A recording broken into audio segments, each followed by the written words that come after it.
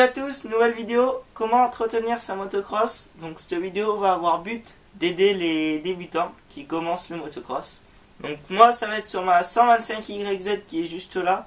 Cette vidéo, il n'y a pas de modèle de moto précis, elle marche pour tout type de moto. Donc on va commencer par la tension de chaîne. Ça c'est à faire chaque sortie. Donc déjà là, faut qu'elle soit tendue à 3 doigts. Vos 3 doigts, faut qu'ils soient après le patin. Voilà.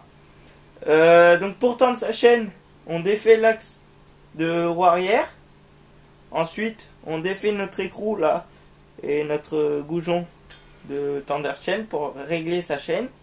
On tend notre chaîne et après quand on remonte, on met un tournevis là, on recule la roue et on resserre et votre tension de chaîne sera bonne si elle est détendue, hein, pour ceux que je parle. Et pour le graissage de chaîne, il vous faut une bombe de graisse de chaîne spécifique. Vous trouvez un peu de partout dans les magasins de moto. Vous graissez votre chaîne sur le dessus là et sur le dessous. Moi je vais pas le faire parce qu'elle est graissée, mais vous graissez comme ça et là pareil dessous là, comme ça. Voilà. Le filtre à air aussi c'est primordial pour à faire sur la moto parce que c'est un peu le poumon de la moto en fait. Donc on va le faire. Moi il est déjà fait mais je vais quand même démonter pour vous montrer. Donc là il y a 2 vis de chaque côté. Vous défaisez ces vis. Hop, moi c'est une grosse clé à laine. On défait. Hop. Elles sortent.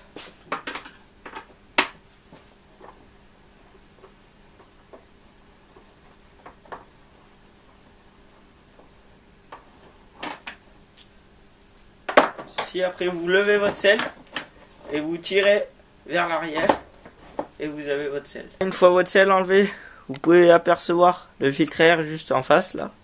Donc pour ma part il est propre, je l'ai fait il n'y a pas longtemps et j'ai pas roulé depuis vu qu'il y a le confinement. Voilà. Donc ce que vous pouvez faire quand il est sale, vous le retirez à l'aide de la vis qu'il y a au milieu et vous pouvez vous le mouiller dans du savon.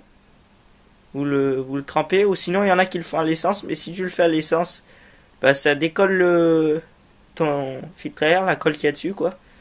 C'est bien mais c'est pas bien. Du coup moi des fois je le fais à l'essence et je mets du savon juste après. Donc voilà. Et voilà et quand je nettoie ma moto, je vais appliquer un cache filtre à air. Vous nettoyez votre filtre à air, il est primordial de le graisser avec une graisse spécifique de filtre à air, vous trouvez ça dans les magasins de moto. Donc quand tu nettoies ta moto, il est primordial de mettre à la place de ton filtre à air que tu as là, ce cache filtre à air, voilà. Ça permettra de laver ta moto sans qu'il y ait d'eau qui rentre dans ta boîte à air. Voilà, et tu peux bien laver ta boîte à air et tout.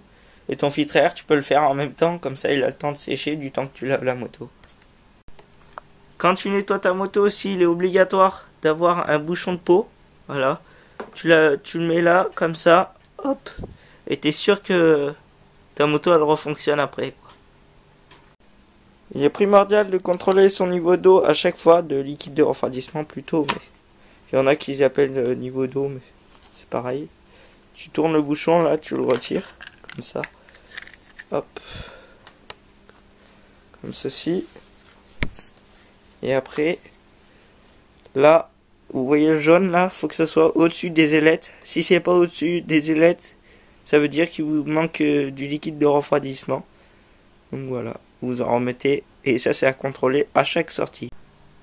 À contrôler aussi, voir si vous n'avez pas de roulement de roue à chaque sortie, c'est obligatoire parce que si vous en avez un, c'est un peu dangereux quoi de rouler comme ça. Donc ce que vous faites, vous mettez votre main là et vous allez déjà, faut que votre moto elle soit sur un trépied, c'est mieux. Donc vous tenez votre fourreau de fourche et vous faites gauche-droite comme ça pour voir si dans votre roue il n'y a pas un jeu. S'il y a du jeu dans votre roue, c'est que vous avez un roulement de roue. S'il n'y a aucun jeu, c'est que vous n'avez pas de roulement de roue. Donc tant mieux pour vous. Moi en l'occurrence j'en ai pas parce que j'ai changé mes roulements de roue. Donc voilà. Et vous faites pareil pour l'arrière. Donc alors on va contrôler aussi l'état des plaquettes avant et arrière. Donc j'ai des plaquettes démontées pour vous montrer à quoi il faut voir le témoin d'usure. Enfin, on va appeler ça comme ça. S'il reste de la garniture ou pas sur votre plaquette. Quand il est bon de les changer ou pas bon. Donc là en l'occurrence j'ai une plaquette. Donc tout simplement la garniture c'est ce qu'il y a entre le métal là et là. Donc cette partie là. Vous voyez bien. Donc si vous avez cette matière là par dessus, c'est bon. Si vous êtes sur le métal là, comme ça, c'est pas bon. Donc voilà. Donc ça vous pouvez faire un contrôle visuel sur votre moto. C'est tout simple. Avec à l'aide d'une lumière, vous allumez là vers la roue avant et vous voyez de l'autre côté. Et pareil pour l'arrière. Donc alors aussi quand vous lavez votre moto, il est bien avec une bombe de WD-40, mais j'en ai plus, bien sûr, de graisser vos articulations mouvementées, comme les cale-pieds, le sélecteur là, ton levier d'embrayage, le câble, ton frein avant, ton autre cale-pied de l'autre côté, et ta pédale de frein, la petite tige. Donc voilà. Donc aussi, tu peux faire ta vidange de boîte. Moi c'est un 2 temps donc je vidange de boîte, mais si c'est un 4 temps vidange moteur, mais c'est pareil. Voilà. Si vous avez un livre du constructeur fourni avec la moto, donc moi en l'occurrence j'en ai pas parce que je l'ai acheté d'occasion. Voilà. Mais ceux qui achètent une moto neuve, normalement t'as le livret d'entretien. Voilà. Donc si vous êtes comme moi sans bouquin, vous regardez sur les forums. Mais moi en général ma vidange de boîte c'est j'en mets 700 ml dedans. C'est préconisé par le constructeur. Voilà. Et après pour le nombre d'heures qu'il faut que vous fassiez votre vidange, il est préférable d'installer un compteur d'heures sur votre moto. Moi j'en ai un dessous la selle. Je vous l'ai pas montré, j'ai oublié. Mais voilà. Et c'est pareil pour le piston. Donc aussi, il est préférable de purger ses fourches à chaque sortie. Il y a trop de gens qui ne le font pas, ça. Donc, c'est pas cette vis là. C'est la première vis là. C'est pour les réglages de suspension, on n'y touche pas du tout. C'est la deuxième là que vous voyez au fond. De l'autre côté, c'est pareil. Vous la dévissez, vous allez entendre un petit pshht.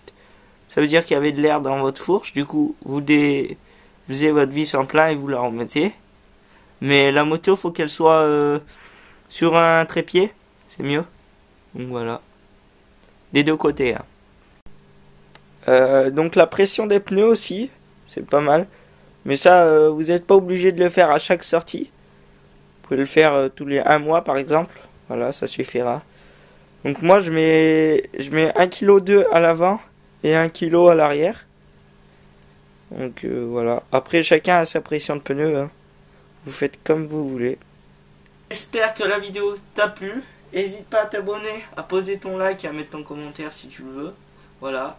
On se retrouve prochainement pour d'autres vidéos. Peace et jazz.